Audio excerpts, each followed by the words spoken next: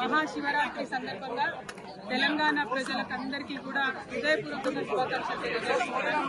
అట్లానే యావత్ భారతావనిలో కూడా మహాశివరాత్రి అంటే చాలా పెద్ద పర్వదినం సందర్భంగా మన దేశంలో ప్రజలు అందరూ కూడా సుభిక్షంగా ఉండాలని చెప్పి మనస్ఫూర్తిగా కోరుకుంటున్నాను. మన తెలంగాణలో దక్షిణ కాశీగా పిలువబడేటటువంటి వేములవాడ రాజన్న దర్శనం చేసుకోవడం నా పూర్వజన్మ సుకృతంగా నేను భావిస్తా ఉన్నాను. అది కూడా శివరాత్రి అయ్యవారి దర్శనం, అట్లానే అమ్మవారి దర్శనం, లక్ష్మీ గణపతి దర్శనం చాలా అద్భుతంగా సాగింది. మరి మనకు వేములవాడ రాజన్న అంటేనే కోడి మొక్కల రాజన్న, మన తెలంగాణ ప్రజలకు బంగారం లాంటి మన రాజన్న. మరి రాజన్నను అంతకుముందు ఆంధ్ర పాలకులు బద్నాం చేసిన విషయం మీకు తెలిసిందే. వేములవాడకు వస్తే వాళ్ళు ఎలక్షన్ గెలవరని చెప్పి అపవాదు పెట్టి వేములవాడ క్షేత్రాన్ని దేవుళ్ళని కూడా బద్నాం చేసిన పరిస్థితి. కానీ గత 10 సంవత్సరాలుగా కేసీఆర్ గారి పరిపాలనలో సిరిసిల్ల జిల్లాను ప్రత్యేకంగా క్రియేట్ చేసి మరి ఏర్పాటు చేసినటువంటి సిరిసిల్ల జిల్లాలో గర్వంగా సగర్వంగా మన రాజన్న పేరు పెట్టుకొని రాజన్న సిరిసిల్ల జిల్లా అని చెప్పి మనం ఏర్పాటు చేసుకోవడం జరిగింది. ఆ తర్వాత కూడా ఎట్లా అయితే ఇది ఒకప్పుడు రాజరాజ నరేంద్రుడి సమయంలో అద్భుతంగా వైభవోపేతంగా ఈ ఆలయం ఉన్నదో అట్లానే 30 ఎకరాల భూమిని కూడా మరి చెరువు కోసం కొని ప్రభుత్వం నుంచి తీసుకొని అట్లానే బతి కోసం కూడా నిత్యం అనునిత్యం మనం ఎక్కడ వేములవాడలో అటువంటి బతికోసమ్మ డెవలప్మెంట్ కోసం కూడా 10 ఎకరాలు సపరేట్ గా కొని, ఎందుకంటే వేములవాడ దక్షిణ కాశీ అంటే ఎట్లుంటారో అట్లనే ఉంటది. చిన్న చిన్న గల్లీలు ఉంటాయి, ఎవరు అమ్మేటటువంటి పరిస్థితి ఉండదు. అయినా ప్రభుత్వం చొరవ తీసుకొని దాదాపు 250 కోట్ల పైచిలకు కేవలం ఆలయం అభివృద్ధి కోసమే ఖర్చు చేసినటువంటి ఘనత కేసీఆర్ గారి ప్రభుత్వానికి దక్కిందనేది నేను ఈ సందర్భంగా తెలియజేస్తున్నాను. మరి ఆ డెవలప్మెంట్ కొనసాగాలి.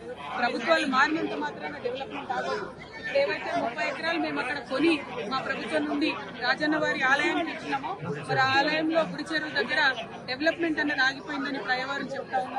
ఆ డెవలప్మెంట్ కంప్లీట్ చేయాలి. అక్కడ అనుకున్నటువంటి హాల్స్ కానీ, కళ్యాణ మండపాలు కానీ, చౌల్ట్రీ కానీ ఇవన్నీ ఫినిష్ చేస్తే వచ్చిపోయేటటువంటి భక్తులందరూ కూడా మంచి ఉపయోగంగా ఉండేటటువంటి ఆస్కారం ఉంటుంది.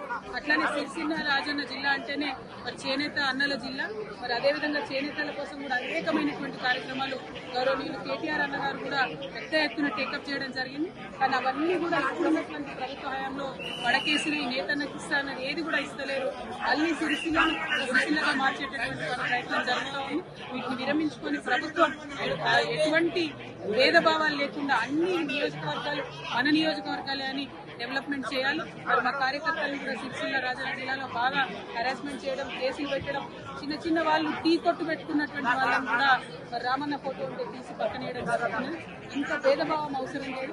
ఇవాళ పండగ పూట రాజకీయం మాట్లాడాలనుకున్నా కానీ మనకు తెలంగాణ ఉద్యమ సందర్భంగా కూడా ఎప్పుడైనా కూడా గుడైనా బడైనా చెప్పేది గంటాపతంగా చెప్పేటటువంటి నిజాయితీ ఉన్న వాళ్ళం కాబట్టి ఈ అంశాలు కూడా చెప్పాల్సి వస్తుంది. మరి ఒక్కసారి ప్రభుత్వాన్ని రిక్వెస్ట్ చేస్తున్నాం, ఏదైతే డెవలప్మెంట్ సాగిందో అది కొనసాగించాలని కోరుతా ఉన్నాం. స్థానికంగా లక్ష్మీ నరసింహారావు గారు, పులవమ్మ గారు, జిల్లా అధ్యక్షుడు నాగన్న గారు, అట్లానే నాయకులందరూ కూడా ఉన్నారు. వారందరితో కూడా మరి డెవలప్మెంట్ జరిగింది. ఎస్పెషల్లీ వినోదన్న గారు ఎంపీగా ఉన్నప్పటి నుంచి కూడా పెద్ద ఎత్తున కేంద్ర ప్రభుత్వం నుంచి కూడా నిధులు తీసుకొచ్చి అభివృద్ధి చేయడం జరిగింది. వారందరినీ కూడా ప్రజల ఆశీర్వాదాలు కోరుతున్నాను.